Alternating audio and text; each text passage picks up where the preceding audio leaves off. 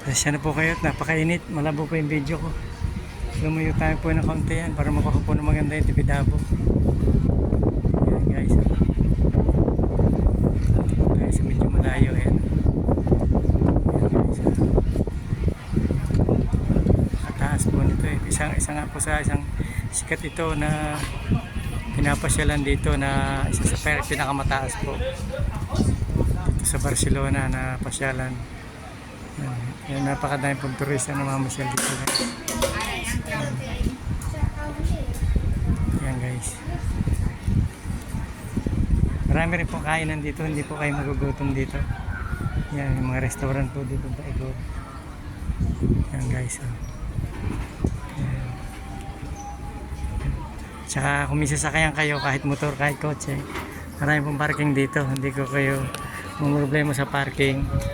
Kung kayo po naman ay pupunta rito, sasakay po kayo ng S1 o S2. Punta po na Sabadell o Tirasa. Tapos pabako po kayo ng Panicular sa may makalampas po na Sarya. Sakay po kayo ng Panicular pataas. Pagdating po niya sa taas sa stop ng Panicular, sasakay po ulit kayo ng bus na maliit. Diretso na po kayo rin sa taas. Yan o. Yan.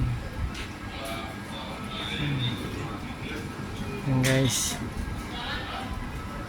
Sige po guys. Thank you po for watching. Thank you very much to all followers and viewers and non-followers.